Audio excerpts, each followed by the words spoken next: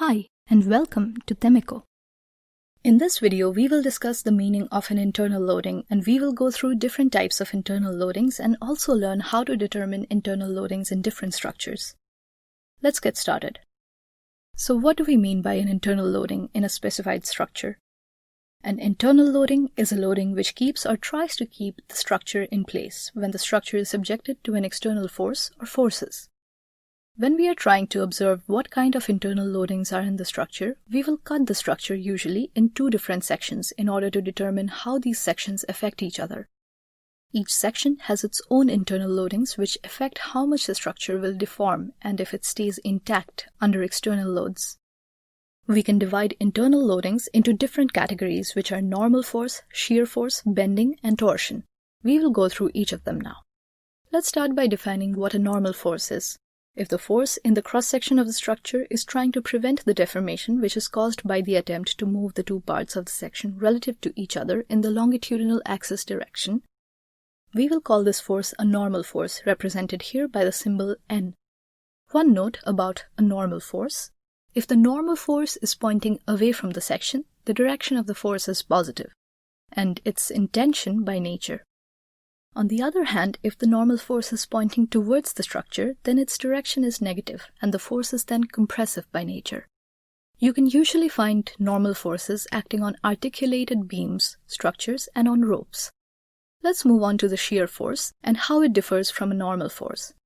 Well, where normal forces try to prevent deformation of the two parts of the section in the longitudinal axis direction, a shear force tries to prevent a deformation from happening in the transverse direction of the longitudinal axis. The symbol that we use for shear force is usually either Q or V. The positive direction of a shear force depends on whether we are looking at the right or the left section side of the structure. If we were to look at the left section side, then the positive direction would be upwards, and at the right section side, the positive direction would be downwards. Vice versa would then be the negative direction of the shear force. One type of internal loading that you will also certainly come across is the bending loading, whose symbol is M. This load is due to an attempt to rotate the two sections of the part of the beam relatively to each other around the transverse axis of the section.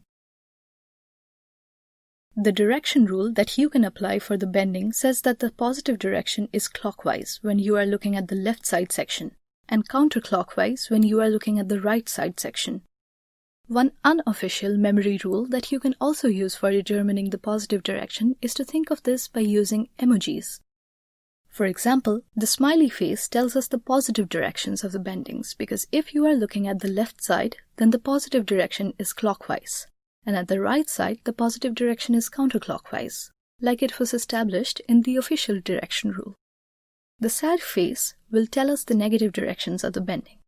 You can most likely find the bending loading acting on different shafts and beams. For the last type of internal loading, we will briefly discuss the torsional loading.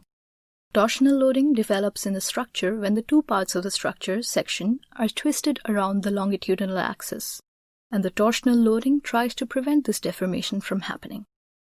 The symbol that we use for torsional loading is usually T or MV. When the torsional moment vector is pointing outwards from the section, it will be the positive direction of the torsional loading, which is dictated by the right-hand rule. Vice versa is for negative direction. You can usually find torsional loadings acting on shafts, axle, plates, and brackets.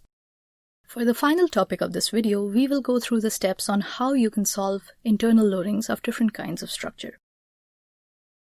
The first thing that you should do is to create a section at the observed point of the structure and choose which of the two parts of the section is easier to analyze. You make this choice by choosing the part which is subjected to the least amount of external forces. If it's necessary, draw the free body diagram of the structure and determine the support reaction forces by using the equations of equilibrium. After this, you can draw the free body diagram for the section part that you chose to analyze. In this step, you should also label the internal loadings by their corresponding symbols N, V, and M in this section. For the final step in the procedure, you will write the equations of equilibrium and apply the equations for solving the internal loadings.